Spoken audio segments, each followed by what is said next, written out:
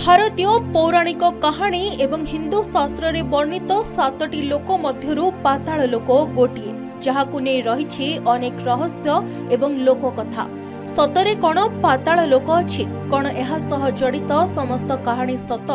आसंतु आज एहा विषय रे विस्तृत भाबरे जानिबा। प्राचीन ग्रंथ गुड़िकरे पाताल को एक रहस्यमय एवं आश्चर्यजनक दुनिया भावरे वर्णना करा जायछि।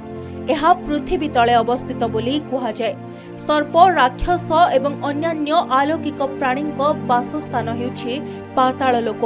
यह सहित पाताल लोक अनेक रहस्यमय, दिव्य एवं भयंकर घटना सह जड़ित बोली कहा जाए।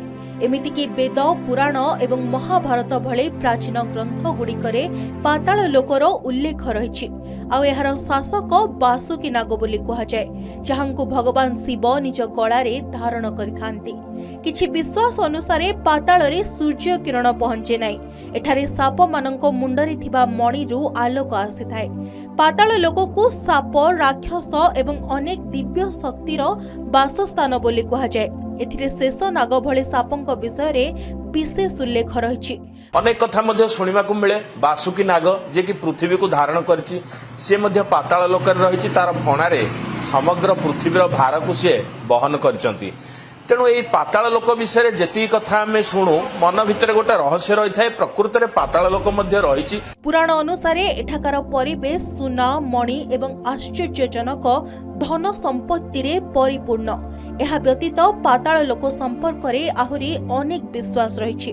प्रथमतः पाताल लोकरे राक्षस एवं पिशाच मानकर प्राधान्य रही। द्वितीयतः एठारे अपार धन एवं वैभवर भंडार अछि।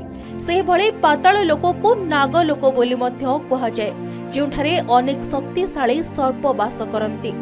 एभले कि समुद्र मंथन कहानी रे मध्य पाताल लोकर उल्लेख रही, जोठारे अनेक मूल्यवान मणि एवं जिनस देखा जाइथिला। भगवान विष्णुंक आसन साजिथिबा शेष नाग मध्य पाताल रे वास करंती बोली विश्वास रही। हिंदू विश्वास अनुसार खराब काम करुथबा प्रत्येक प्राणी आत्मा पाताल को जाए। पातालर धारणा विभिन्न संस्कृति रे देखा देइथाय। यह केवल भारतीय संस्कृति रे नुहे, यह प्रायतः मृत्यु एवं भय विषय रे आम भय को अधिक प्रतिफलित करे। महाभारत रे अर्जुन पाताल को जाई साप मानंकु भेटिबार वर्णना मध्य रही। यह विषय रे तो आपण माने निश्चय सुनिथिबे। विष्णु पुराण रे पाताल लोक भगवान विष्णुंको दिव्य लीला सहित जड़ित बोली विवेचना करा जायछि। भगवान विष्णुंको वामन अवतार रे राजा बाळींको पातालर कर्ता करा जायथिला।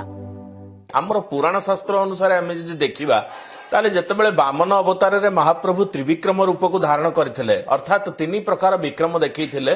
तांकर 2टी पादरे समग्र पृथ्वी लोक एवं स्वर्गलोक से नहीं जाइथिले दान आकार रे बलिराजाठू।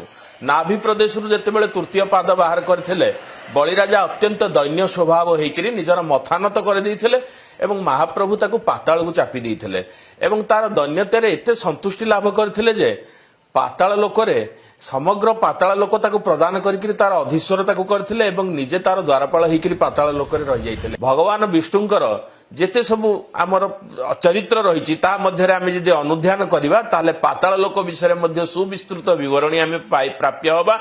एवं पाताल लोकरे कुआ जाय महालक्ष्मी निजर भाई करिकरी राजा बळी को रखिचंती एवं से भौणी हेइचंती। संकल्पबद्ध होइकरी विष्णु जेहेतु सेठारे द्वारपाल होइचंती, भगवान विष्णु को मुकुळेबा पई भौणी संकल्प करचंती महालक्ष्मी एवं से संकल्प रे संतुष्ट होइकरी बळीराजा विष्णु को मध्य मुक्त करचंती। एभले केते जे पौराणिक कहानी रही पाताल लोक को नहीं, जहा विषय रे विश्वास करिबा मुश्किल।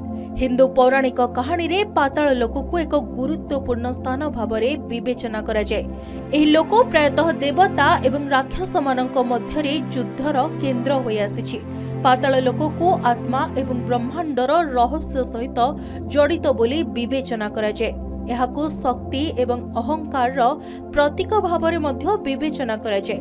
किछि विश्वास अनुसार मृत्यु परे आत्मार संपर्क पाताल लोक सहित रही थाए। आजिकाली पाताल लोक को एक आध्यात्मिक एवं प्रतीकात्मक धारणा भावरे देखा जाउछि। यहाकु मानव मनर गभीरता और अजଣା जगतर प्रतीक भावरे मध्य विवेचना करा जाए। तेबे आज पर्यंत पाताल लोकर कोनोसी वैज्ञानिक प्रमाण मिली पारि नाही। ଏହା କେବଳ ଏକ ପୌରାଣିକ ଧାରଣା अर्थात पाताल लोक हिंदू धर्मर पौराणिक कहानीर एक गुरुत्वपूर्ण अंश जहाँ आमको अलौकिक एवं रहस्यमय जगतर झलक दिए। ब्यूरो रिपोर्ट के न्यूज ओडिशा।